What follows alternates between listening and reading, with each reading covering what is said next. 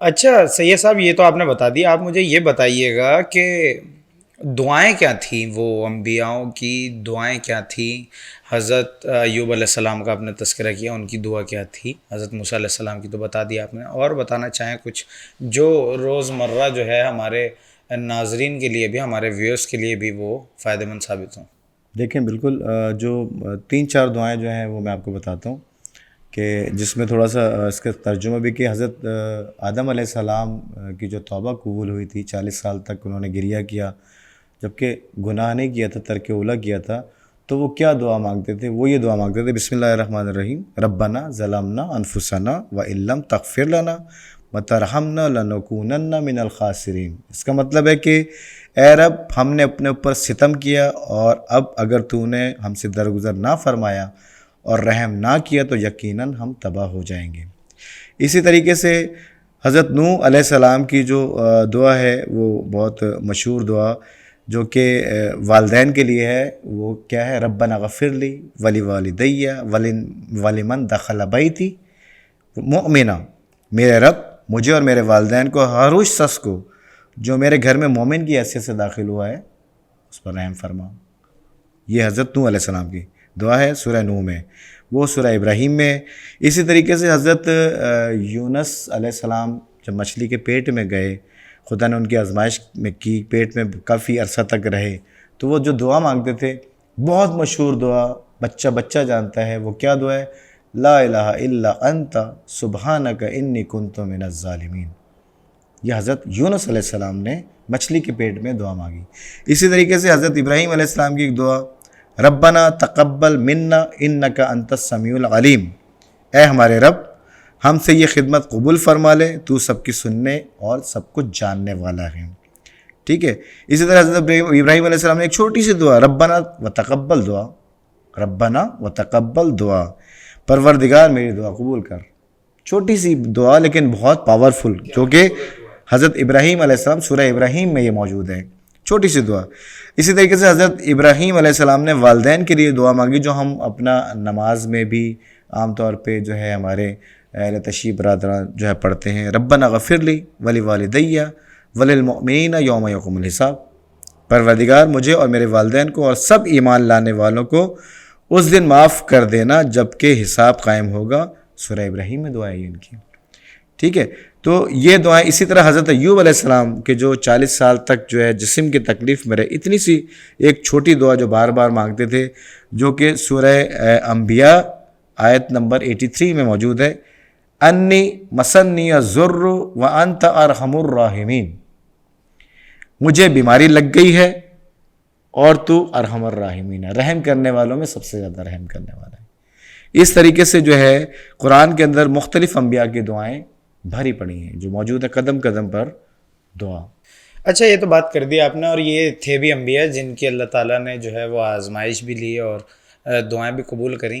مجھ جیسا جو آدمی ہے، کیونکہ میں گناہ گار آدمی ہوں اور ہم سب گناہ گار ہیں۔ سبھی گناہ گار، تو ہماری دعائیں کیسے قبول ہوں؟ یا اس کو سوال کو میں اس طرح سے ٹویسٹ کر دوں کہ اب وہ کون لوگ ہیں کہ جن کی دعا قبول ہوتی ہے، اور وہ کون لوگ ہیں کہ جن کی دعا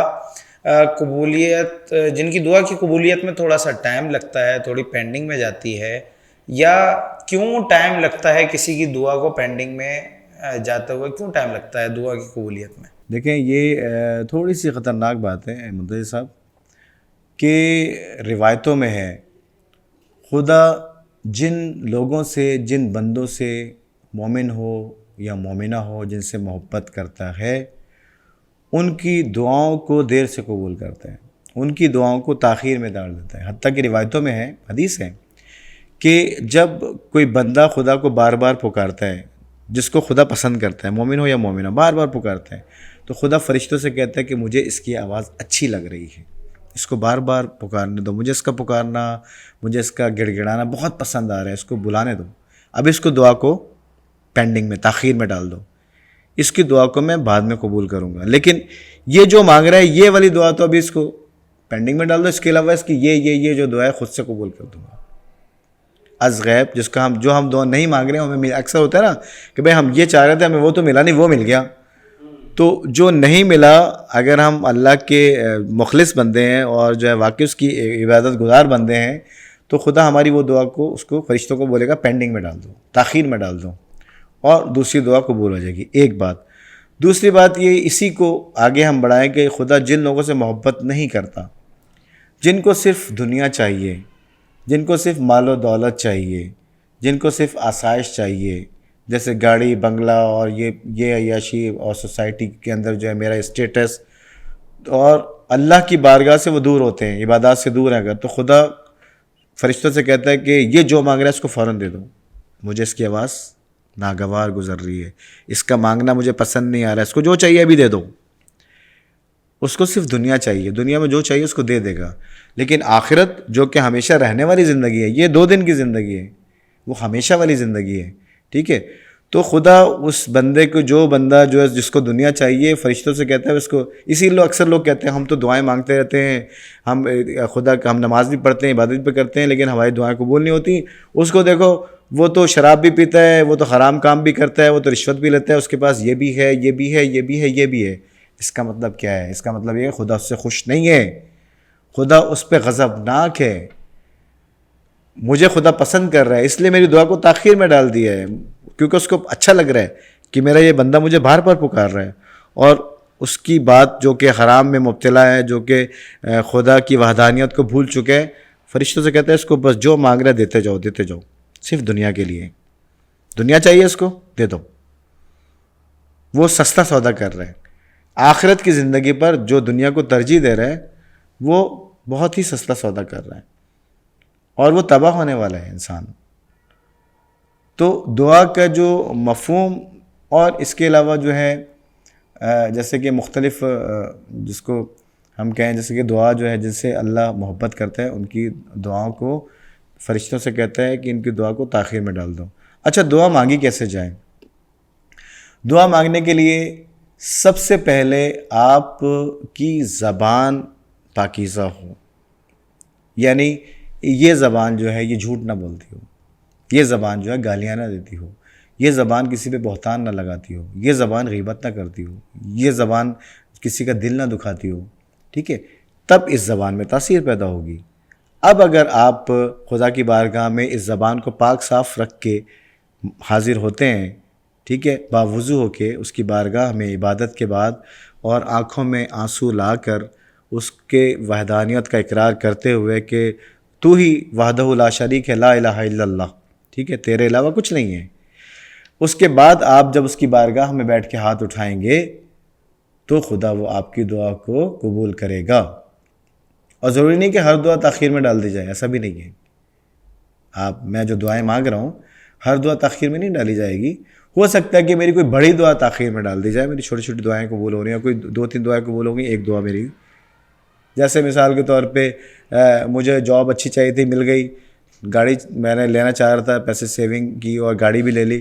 میری بیٹی کی شادی نہیں ہو رہی، اب میں اس کے لیے دعا مانگے جا رہا ہوں، خدا کہہ رہا ہے اس کی دعا کو تاخیر میں ڈال دو، اس دعا کو،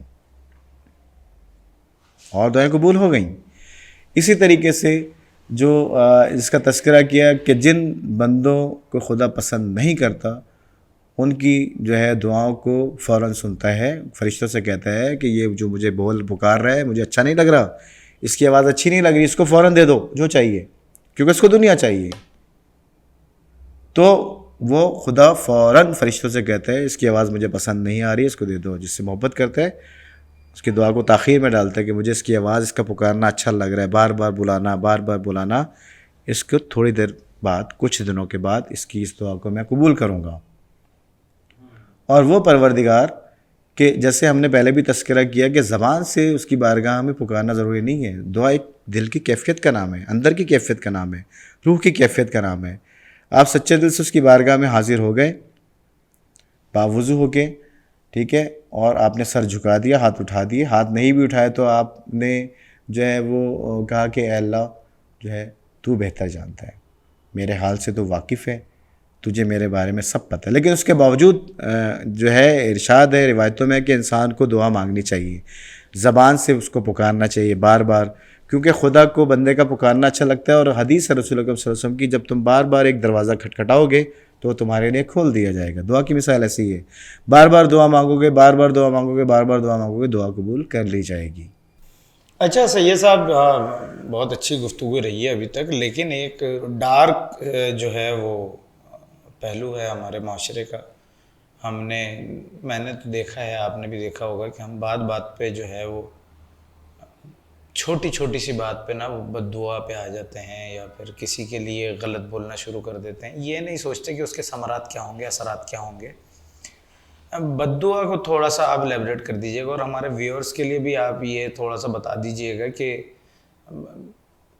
ڈیفینڈ تو نہیں کر سکتا اس چیز کو کوئی بھی, تو کیا کیا جائے ایسا, اور طریقہ کار کیا ہوتے ہیں کہ بھائی اس کا کوئی الٹرنیٹیو ہوتا ہے یا نہیں ہوتا. دیکھیں, ہمارے سامنے رسول اکرم صلی اللہ علیہ وآلہ وسلم کی پوری زندگی, ٹھیک ہے, اسوہ حسنہ جس کو کہتے ہیں, سیرت موجود ہے. ہمیں ان کی زندگی سے جو ہے وہ درس لینا چاہیے, سبق لینا چاہیے. کہ بہت ہی مشہور و معروف واقعات ہیں کہ رسول اکرم جب اکثر ایک جگہ سے گزرتے تھے گلی سے, تو ایک بڑھیا ان کے اوپر کچرا ڈال دیتی تھی. ایک کافرہ عورت جو ہے وہ جو ہے مشرک جو تھی, وہ رسول اکرم پہ روزانہ کی بنیاد پہ کچرا ڈالتی تھی, اور رسول وہیں سے گزرتے تھے. بد دعا, ٹھیک ہے, لیکن رسول گزرتے تھے. اور ایک دن جب گزرے, بڑھیا موجود نہیں تھی. دوسرے دن جب رسول گزرے تو بڑھیا, تو رسول اکرم نے صاحب سے پوچھا کہ یہ کیا ہو گیا, خیریت ہے؟ وہ کہاں ہے, مجھ پہ کچرا ہی نہیں ڈالا.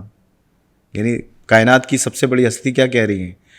تو کسی نے کہا کہ یا رسول اللہ وہ بوڑھی عورت بیمار ہو گئی. چلو چلتے ہیں عیادت کو. دک الباب کیا گھر جا کے, اور جو ہے وہ بچے نے کھولا, بتایا کہ رسول اکرم صلی اللہ علیہ وسلم تشریف لائے ہیں. وہ ایک دم بستر پہ لیٹی ہوئی تھی, خوف سے کانپنا شروع ہوا کہ آج تو یہ آ گئے ہیں, آج تو مجھ سے بدلہ لیں گے, آج تو فائدہ اٹھا لیں گے, آج تو فائدہ اٹھائیں گے. رسول اکرم صلی اللہ علیہ وسلم نے اس کی عیادت کی, باقاعدہ پھل وغیرہ لے کے گئے تھے صاحب کے ساتھ, اور اس کو وہ اس کردار کو دیکھ کے مسلمان ہو گئی. دیکھیں, اگر کوئی میرا دل دکھا رہا ہے تو ہمارے سامنے رسول اکرم کی سیرت ہے, ہمارے سامنے انبیاء کی, اولیاء کی سیرت ہے, ائمہ کی سیرت ہے. کہ بہت مشہور واقعہ ہے کہ امام حسن علیہ السلام کی خدمت میں جو ہے وہ وہاں سے شام سے ایک شخص آیا, ٹھیک ہے, اور وہ شامی جو تھا وہ مسلمان نہیں تھا. اس نے آتے ہی امام حسن علیہ السلام کو گالیاں دینا شروع کر دی. امام حسن علیہ السلام بیٹھے ہوئے تھے, اس کو سنتے رہے. اس نے حتیٰ کہ آخر میں جناب سیدہ کو, ان کی والدہ کو گالی دی. وہ بھی امام حسن علیہ السلام نے اس کو بھی سنا. آخر میں امام مسکرائے اور اسے کہا کہ بھائی مجھے لگتا ہے کہ تو کہیں دور سے آیا, تو مسافر ہے. اگر تجھے رہنے کے لیے کہیں گھر چاہیے, رہائش چاہیے, تو میں وہ دیتا ہوں تجھے. اگر تیرے پاس سواری نہیں ہے, گھوڑا نہیں ہے, میں دیتا ہوں. اگر تیرے پاس جو ہے وہ زیادہ راہ نہیں ہے, تجھے پیسے چاہیے, میں دیتا ہوں. جب امام حسن علیہ السلام نے اس طرح کی گفتگو شروع کی کہ جو گالیاں دے رہا تھا وہ وہیں پہ قدموں میں گر گیا. اس نے کہا آپ مجھے کلمہ پڑھوائیے. آج سے پہلے میری نظر میں آپ سے زیادہ کوئی برا نہیں تھا, لیکن آج کے بعد آپ سے اچھا کوئی ہے نہیں اس کائنات میں. کیا ہوا؟ کچھ بھی نہیں ہوا. بد دعا نہیں دی, اپنے اخلاق سے صرف جو ہے. رسول اکرم نے بھی عرب میں اسلام جو ہے وہ اپنے اخلاق سے پھیلایا ہے. عرب میں اسلام تلوار سے نہیں پھیلا ہے. ایمانداری, دیانتداری, خوش اخلاقی, درگزر. آپ نے نہیں سنا کہ رسول اکرم جب بھی گھر سے باہر نکلتے تو اکثر ابو جہل, ابو لہب, اس طرح کے لوگ کبھی راہ میں کانٹے ڈال دیے, کبھی اوجری ڈال دی, کبھی چادر یمنی کو کھینچ لیا رسول اکرم, لیکن وہ صبر کرتے تھے. آخر میں دعا کرتے تھے اپنی امت کے لیے کہ اللہ ان کو ہدایت دے. کبھی رسول نے کسی کے لیے بد دعا نہیں کی. تو یہ دوسرا کریکٹر ہے کہ جو ہمیں اپنا سامنے رسول پاک کی ذات سے لینا چاہیے. کہ اگر ہمیں کوئی دل دکھا بھی رہا ہے ہمارا, کسی وجہ سے ہمیں تکلیف پہنچ رہی ہے, حسن ظن سے کام لیں, عفو درگزر سے کام لیں, اس کو معاف کریں. خدا چند لمحوں میں ہدایت دے دیتا ہے. ہو سکتا ہے پشیمان ہو کہ وہ آپ کی خدمت میں آئے اور آپ سے معافی بھی مانگے, اور اپنے جو بھی گناہ ہے اس کا بھی اقرار بھی کریں. صبر, اسی لیے صبر میں بہت طاقت ہے. ان اللہ مع الصابرین, قرآن کی آیت ہے, اللہ بھی صبر سے کام لینے والوں کے, صبر کرنے والوں کے ساتھ ہے. اچھا, ہم ابھی اپنے ویوز کے لیے اور سب کو بتا دیں, ہم ابھی اپنے آخری فیز میں جا رہے ہیں. تو مجھے یہ بتا دیجئے گا, جو ہمارے دیکھنے والے ہیں وہ بھی دیکھنا چاہتے ہیں, سننا بھی چاہتے ہیں, پروٹوکولز کیا ہوتے ہیں دعا کرنے کے، یا میں اس کو کہہ لوں یہ ٹرم جو ہے وہ کافی کامن ہو گئی ہے اب تو، ایس او پیز کیا ہیں کہ کس طرح سے دعا کرنی چاہیے؟ کیا ایک انتہائی جو ہے وہ کسی بھی حالت میں دعا کی جا سکتی ہے، یا پھر کچھ چیزیں ہیں جن کو فالو کریں تو آپ کی شخصیت جو ہے وہ اوپر والے کی جو بارگاہ ہے اس میں نکھار آ جائے، اور دعا آپ کس طرح سے کر سکتے ہیں؟ دیکھیں، آپ کی بات کا بہت سادہ اور بہت مزے کا جواب ہے کہ دعا کے لیے کسی پروٹوکول کی ضرورت نہیں ہے۔ اس کی مثال دیتا ہوں کہ حضرت موسیٰ علیہ السلام کی جو قوم تھی، حضرت موسیٰ کے جو دور تھا، قوم تھا، حضرت موسیٰ کے جو ہے اس زمانے میں قحط پڑا، جانور مر گئے، زمین سوکھنا شروع ہوئی، اور اس طریقے سے لوگ پریشانی میں، بارش نہیں ہو رہی تھی۔ آپ کو پتہ ہے بارش جو خدا کی بہت بڑی جو ہے رحمت ہے، بارش رحمت ہے کہ جو زمین پہ برستی ہے تو بہت کچھ خزانے اس سے جو ہے نیچے سے نکلتے ہیں، اور بارش کے بہت سارے فائدے ہیں۔ تو اب بارش نہیں ہو رہی تھی، قحط پڑ گیا، لوگ جانور مرنا شروع ہو گئے، اور جو ہیں فصلیں سوکھنا شروع ہو گئیں، لوگ پریشان تھے۔ حضرت موسیٰ علیہ السلام کی خدمت میں کبھی کوئی آتا، اے اللہ کے نبی، اللہ کے پاس آپ کوہ طور پہ جاتے ہیں، خدا سے کلام کرتے ہیں، ہمیں اس مشکل سے نکالیں، ٹھیک ہے، بارش ہو۔ تو حضرت موسیٰ علیہ السلام نے ایک دن جو ہے وہ خدا کی بارگاہ میں کوہ طور پہ گئے، جا کے کلام کیا، اللہ، قحط سے لوگ جو ہیں پریشان ہیں، بھوکے فاقوں کی نوبت آ چکی ہے، مویشی مر گئے ہیں، فصلیں خراب ہو گئی ہیں۔ تو خدا نے کہا حضرت موسیٰ سے، کوہ طور سے کلام کرتے ہوئے کہ اے موسیٰ، اپنی قوم کو ایک میدان میں جمع کرو، اور میدان میں جمع کرنے کے بعد سب پورے ایک ایک فرد کو بلا لو اس میدان میں، بڑے سے میدان میں، اور ان سب سے بولو کہ اب ہاتھ اٹھا کے دعا مانگیں، تم بھی ہاتھ اٹھاؤ دعا کے لیے، وہ بھی ہاتھ اٹھائیں، میں بارش برسا دوں گا۔ غرض حضرت موسیٰ علیہ السلام واپس کوہ طور سے آئے، انہوں نے آ کے یہ جو ہے مرادیس کے ذریعے اعلان کروایا کہ بھائی پورے جتنے بھی قوم کے لوگ ہیں سب جو ہیں اس میدان میں جمع ہو جائیں۔ پوری قوم اس میدان میں جمع ہو گئی۔ اب حضرت موسیٰ نے خدا کی بارگاہ میں ہاتھ اٹھائے، یا اللہ بارش، اسی طرح لوگوں نے، بارش نہیں ہو رہی، کافی دعا مانگی۔ حضرت موسیٰ پریشان ہو گئے کہ خدا نے تو کہا تھا کوہ طور پہ کہ موسیٰ تم دعا مانگو گے، لوگ مانگیں گے، بارش ہو جائے گی، بارش نہیں ہو رہی۔ پھر حضرت موسیٰ علیہ السلام نے خدا سے کلام کیا، تو وہاں سے جو ہے وحی آئی جبرائیل کے ذریعے کہ اللہ تبارک و تعالیٰ ارشاد فرما رہا کہ اے موسیٰ، آپ کی اس قوم کے اندر ایک بہت ہی گناہ گار شخص ہے، اتنا زیادہ گناہ گار ہے کہ اس کے گناہ اتنے زیادہ ہیں کہ اس گناہ کی وجہ سے خدا اس رحمت کو نہیں برسا رہا ہے، بارش نہیں ہوگی۔ تو خدا نے کہا ہے کہ اس فرد سے کہو کہ یہاں سے مجمع سے نکل کے چلا جائے، تو پھر میں بارش برساؤں گا۔ حضرت موسیٰ علیہ السلام نے اعلان کیا کہ بھائی اللہ کی طرف سے یہ پیغام آیا ہے کہ اس مجمع میں ایک بہت گناہ گار شخص موجود ہے، وہ یہاں سے چلا جائے گا تو بارش ہو جائے گی، پھر میں دعا مانگوں گا، آپ دعا مانگو گے تو بارش ہو جائے گی۔ اب وہ جو شخص تھا گناہ گار، وہ سمجھ گیا میں ہی وہ فرد ہوں، میں نے بہت بڑے بڑے گناہ کیے ہیں، اور بہت اس وقت کا بہت بڑا گناہ گار انسان تھا، زانی، شرابی، اور ڈاکے مارنے والا، اور بہت بہت زیادہ عزتوں سے لوگوں کو محروم کرنے والا۔ اب کیا ہوا کہ اس نے کہا کہ وہیں بیٹھ گیا اور ایک دم سجدے میں گر گیا۔ وہ لوگ بھی ظاہر عبادت کی سجدے کی حالت میں اور نیچے بیٹھے ہوئے تھے، اور اس نے رونا شروع کر دیا۔ اس نے کہا کہ اے اللہ، جو ہے میں بہت زیادہ گناہ گار ہوں، سارے گناہ کیے میں نے، لیکن اگر ابھی میں اس مجمع سے نکل کے گیا تو سب لوگ دیکھ لیں گے کہ میں ہوں وہ فرد۔ اے میرے اللہ تو میری عزت رکھ۔ دیکھیں اللہ ستار العیوب ہے، غفار الذنوب ہے۔ تو بہت زیادہ رونے لگا، وہ کسی کو نہیں پتہ لگا، اتنا مجمع تھا۔ خدا نے اسی وقت اس کی دعا کو قبول کر لیا، اس کی دعا کو قبول کیا۔ اب خدا کی طرف سے پھر دوبارہ پیغام آیا کہ اے موسیٰ ہاتھ اٹھاؤ، لوگوں سے کہو ہاتھ اٹھائیں دعا کے لیے۔ سب نے ہاتھ اٹھائے، بارش شروع ہو گئی۔ اب حضرت موسیٰ علیہ السلام پریشان ہو گئے کہ یہ کیا مسئلہ ہے، یہاں سے تو کوئی بھی نہیں گیا اور بارش بھی شروع ہو گئی، جبکہ خدا نے کہا تھا جب تک وہ فرد نکل کے نہیں جائے گا میں بارش نہیں برساؤں گا۔ تو حضرت موسیٰ علیہ السلام نے پھر سوال کیا خدا سے دوبارہ، اے اللہ یہ کیا ماجرا ہے، مجھے سمجھ میں نہیں آیا، جبکہ تو نے پہلے کہا کہ جو ہے وہ فرد چلا جائے، لیکن یہاں سے تو کوئی گیا بھی نہیں اور تو نے بارش برسا دی۔ تو اس وقت پھر خدا کی طرف سے جواب آیا کہ اے موسیٰ، وہ جو میرا گناہ گار بندہ تھا اس نے بیٹھے بیٹھے جو ہے اپنے گناہوں پہ پشیمان ہو کر میری بارگاہ میں آنسو بہائے ہیں اور دعا کی ہے اللہ میری عزت کو بچا لے، تو میں نے اس کو معاف کر دیا، ٹھیک ہے، اس کی دعا کو قبول کیا، اور اب یہ جو ہے وہ میرا محبوب بندہ ہے، اسی کے ذریعے سے میں بارش، اسی کے سبب سے میں بارش برسا رہا ہوں۔ تو پھر حضرت موسیٰ نے کہا کہ اللہ کیا تو مجھے بتائے گا وہ بندہ کون ہے؟ تو پھر خدا کی طرف سے یہ جواب آیا کہ موسیٰ جب وہ گناہ گار تھا جب میں نے نہیں بتایا، تو اب تو وہ میرا محبوب بندہ ہے، اب میں کیوں بتاؤں؟ یعنی وہ خدا جو ستار العیوب ہے، عیبوں کو چھپانے والا ہے، گناہوں کو بخشنے والا ہے، غفار الذنوب۔ تو دعا بہت طاقت رکھتی ہے۔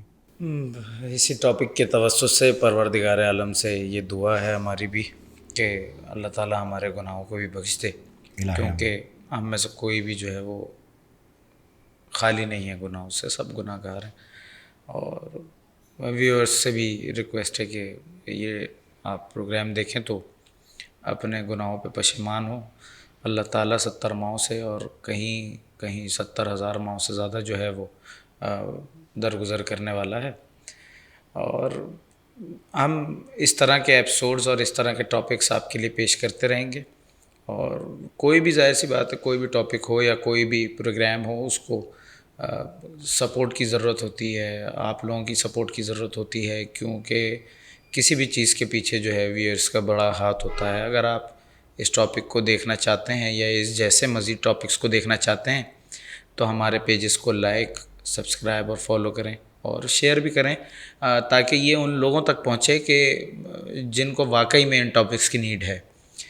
انشاءاللہ وائڈ اینگل کے پلیٹ فارم سے شو عامل آن لائن کے ساتھ نئی ایپیسوڈ کے ساتھ ایک اور بار آپ کی خدمت میں حاضر ہوں گے۔ تب تک کے لیے اپنے ہوسٹ سید منتظر اور گیسٹ جناب اصغر علی سید کو دیجیے اجازت۔ اللہ نگہبان۔